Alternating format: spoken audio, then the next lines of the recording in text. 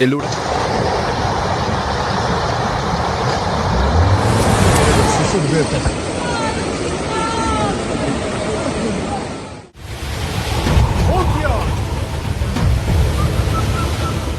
Across the United States, something feels different. Not random. Not isolated. Highways vanishing beneath brown, churning water. Entire blocks in coastal cities reduced to rooftops, surrounded by endless waves. Farmland in the heart of America transformed into inland seas stretching to the horizon. The maps still showed America intact, but on the ground, the edges were dissolving. For a nation that once called itself blessed, some are now whispering a deeper question. Is this simply environmental collapse, or something far older than modern science? Before we continue, if this stirs your heart, please like this video and press the subscribe button. Thank you so much. It began with something America has always trusted: its roads. Across multiple states, highways that once carried tens of thousands of vehicles a day began to vanish beneath thick, brown, churning water. Not cracked, not damaged, not partially closed. Gone. Entire stretches of interstate disappeared in a matter of hours, swallowed by floodwaters, moving with a force that made concrete barriers look fragile. Drivers described the moment as disorienting. 1 mile, the pavement was visible ahead. The next, it simply dissolved into a moving wall of water. Tractor-trailers stood stranded mid-lane, their massive wheels half submerged. Emergency crews could not reach some areas because the very routes designed for rapid response had become impassable. But what makes this event more alarming is not just the image. The American interstate system is often described as the circulatory system of the nation. Food travels on it, fuel travels on it, medical supplies, construction materials, military equipment, all depend on uninterrupted movement across these corridors. When highways fail, the failure spreads outward in silent waves. Within days, distribution centers reported delayed shipments. Grocery stores in affected regions began limiting certain products. Fuel delivery schedules were disrupted, causing temporary shortages in areas not directly flooded. Ports and rail yards, still operational, found themselves disconnected from inland destinations. This was no longer about stranded vehicles, it was about stalled infrastructure. Engineers have long designed major highways to withstand what are called 100-year floods, extreme events statistically expected once in a century. Yet in multiple locations, water levels exceeded those projections. Drainage systems were overwhelmed, retention basins filled beyond capacity, riverbanks reinforced over decades gave way under sustained pressure. The unsettling question followed quickly. Were these systems underbuilt, or are the events now exceeding the assumptions they were built upon? And that is the deeper concern. Even after water recedes, the damage lingers. Roads that appear intact may conceal weakened foundations. Bridges reopened in urgency may carry unseen stress fractures. Repair costs stretch into the billions, diverting funds from other public systems. For a nation built on movement, the symbolism is difficult to ignore. What began as images of brown water swallowing asphalt quickly became a broader realization. This was not a localized inconvenience.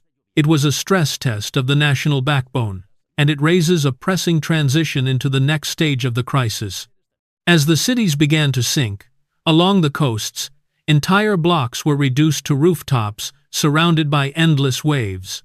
Streets disappeared beneath opaque water that reflected skyscrapers like broken mirrors. Traffic lights still blinked above intersections that no longer existed. Parking garages became submerged caverns.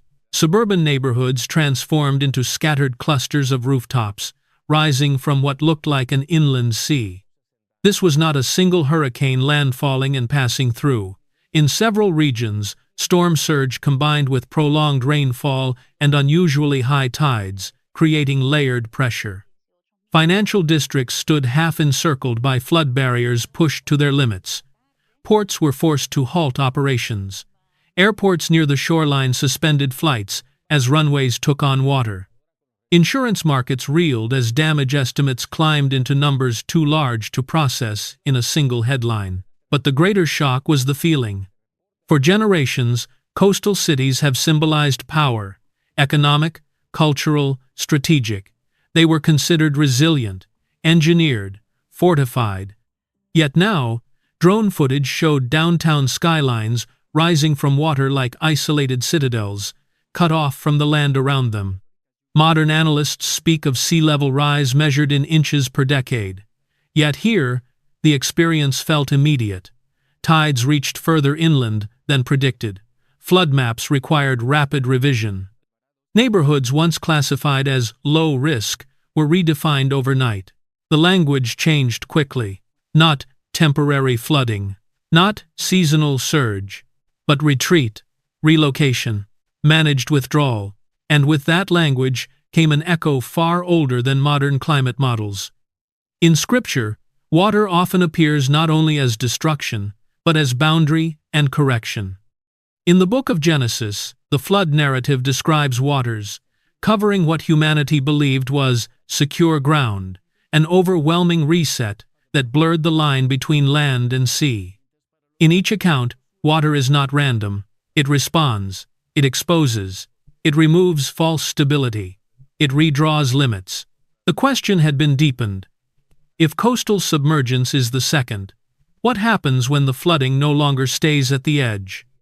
Maybe the other transformation inland was already underway. Before we continue, if this resonates with your experience, like, subscribe, and stay with us. The American heartland has always been the core. And now, that core is changing. Across vast stretches of farmland in the Midwest, fields that once carried corn, soybeans, and wheat are no longer fields at all. They are inland seas flat, reflective expanses of brown water stretching mile after mile toward the horizon. Fence lines vanish beneath the surface. Irrigation systems lie half submerged. Tractors sit motionless, their wheels swallowed to the axle. This is not dramatic coastal footage meant to shock viewers. This is the quiet drowning of the food supply. Farmers describe a different kind of devastation here. Crops do not simply fail. They rot in saturated soil. Seeds never germinate. Root systems suffocate in ground that cannot drain. Even after the visible water recedes, the soil remains unstable, compacted, nutrient depleted, chemically altered by prolonged standing water. The impact does not stay local. The United States is one of the world's largest exporters of grain. When the heartland floods, global markets feel it. Commodity prices fluctuate, supply chains strain, livestock feed becomes scarce. Food processing plants slow operations as raw inputs decline. For decades, the assumption was clear. If coasts face storms, the interior remains stable. If cities struggle, the countryside endures. But now the interior itself is unstable. Meteorologists note stalled jet stream patterns, prolonged rainfall cycles, and river systems cresting simultaneously across multiple states. When tributaries swell together, drainage becomes impossible. Water has nowhere to go but outward spreading across plains that were once carefully leveled for maximum productivity. The unsettling part is not just the flooding, it is the scale. When water stretches from horizon to horizon in the very region meant to feed a nation, the sense of security shifts. There is also a symbolic dimension impossible to ignore. In the Bible, drought and flood both appear as responses tied to covenant and land. In Deuteronomy, the condition of the land, whether it yields abundance or withholds it, is connected to moral and spiritual alignment. In Joel, the prophet describes fields laid waste and grain destroyed, not merely as agricultural crises, but as signs calling for reflection and return. The comparison is not a declaration. It is an observation of pattern. Throughout biblical history, when the land itself changes, when it stops producing, when it becomes unstable, it signals more than weather. It signals vulnerability at the foundation. And here, The foundation is food. As farmland transforms into temporary seas, insurance systems strain, federal aid expands, and conversations shift from recovery to adaptation. Some farmers speak quietly of relocation. Others question whether certain regions will remain viable for traditional crops at all. And when both the edges and the core are touched by the same force, one final question emerges. Is this a series of disconnected disasters, or the reshaping of an entire landscape in real time? Individually, each event can be explained. Engineers point to outdated infrastructure models. Climate scientists describe shifting jet streams and warming oceans. Economists analyze supply chain fragility. Every discipline offers data. Every expert offers charts. And yet, what unsettles people is not just the data, it is the pattern. The water did not strike one isolated region. It touched the arteries, the edges, and the center. Transportation, finance, food. When a nation's movement, cities, and farmland are all pressured within the same season, the conversation naturally widens. Because water is rarely the only signal. Already, reports begin to surface of other shifts unfolding alongside the floods. Unusual storm clustering in regions once considered stable, heat records broken immediately after record rainfall. River systems behaving unpredictably, rising faster, receding slower. Insurance markets recalibrating risk zones at unprecedented speed. Population migration accelerating, not over decades, but within months. Some observers frame this strictly in environmental terms, a system under stress, responding to accumulated imbalance. Others look further back to historical cycles when civilizations underestimated gradual change until it became structural transformation.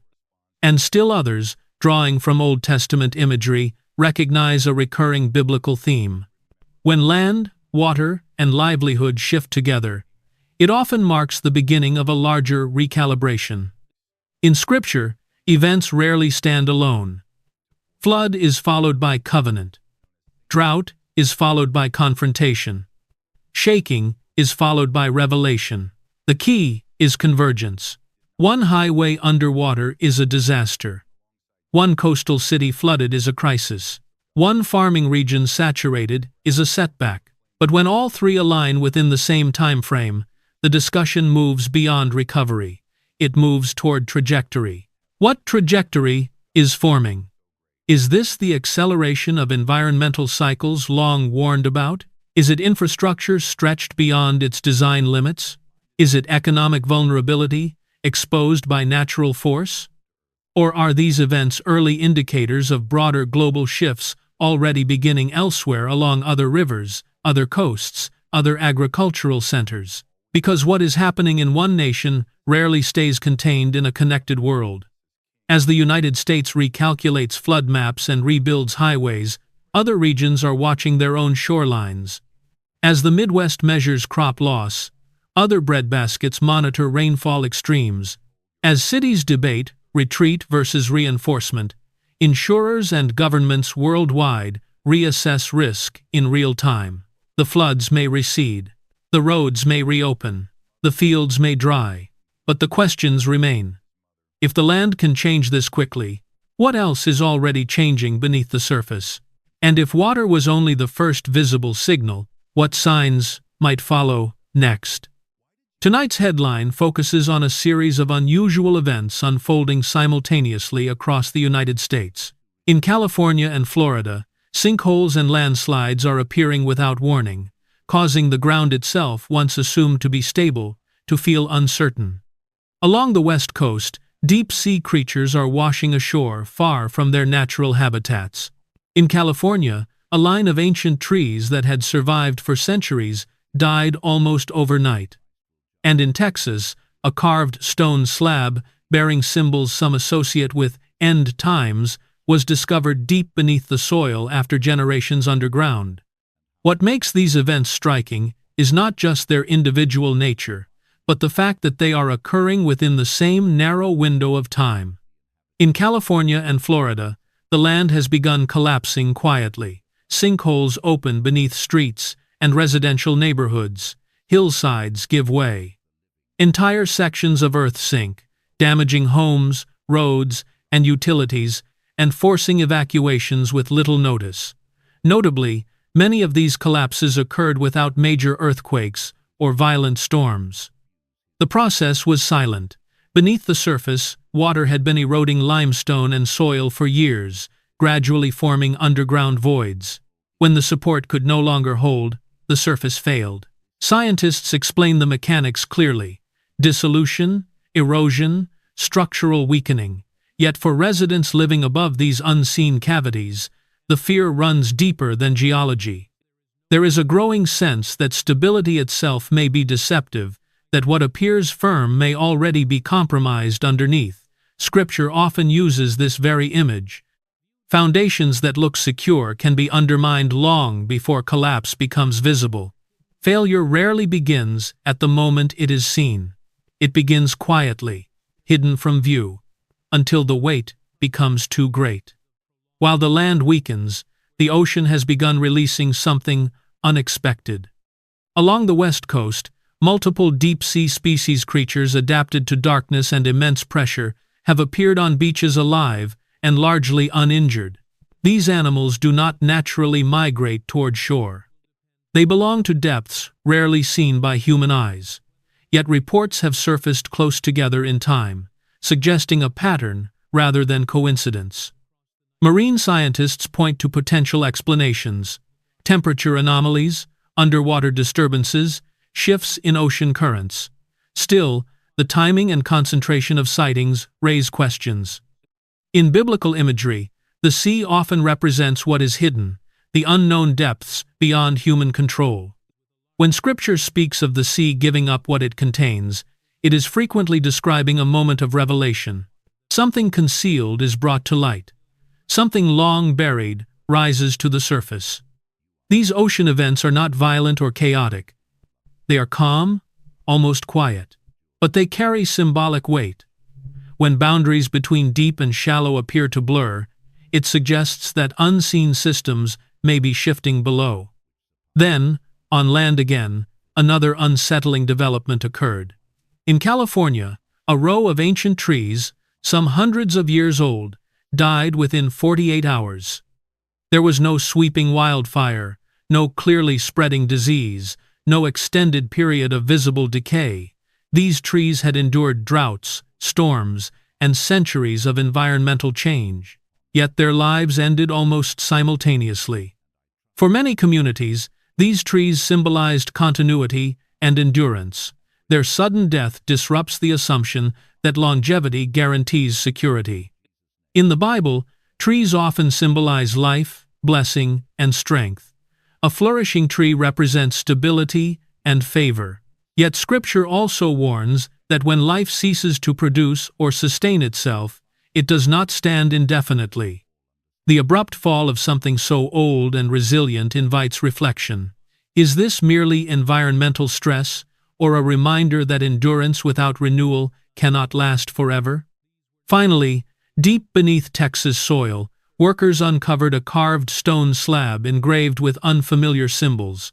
Some interpretations link the markings to themes of a final era or end time. Scholars continue to debate the origin and meaning of the carvings, and no definitive explanation has been reached. What makes the discovery compelling is not simply its message, but its timing. It surfaced during a period already marked by instability, when land is collapsing, oceans are shifting, and long-standing life is ending suddenly. Throughout Scripture, hidden things are revealed not randomly, but at appointed times. Buried truths resurface when they are meant to be seen. The stone did not arrive with instructions or interpretation. It simply appeared, forcing questions rather than offering answers. Taken together, these events share a common theme: exposure. Foundations once assumed stable reveal hidden weakness. The sea reveals what it has concealed. Ancient life reveals its fragility. The earth reveals what it has long buried. None of these events alone proves a prophetic claim. Each has a scientific explanation under investigation. yet their convergence invites reflection. When signs appear across land, sea, and soil within the same season, the deeper question becomes not just what is happening but why now. Whether these are environmental shifts, geological cycles, or symbolic moments of awakening, one reality stands clear: what was hidden is being revealed. And when revelation begins, it often signals that something larger may be unfolding next. Thanks for watching. Don't forget to subscribe, and keep an eye out for our next video. Leave a comment, and let us know what you think. Thanks for watching.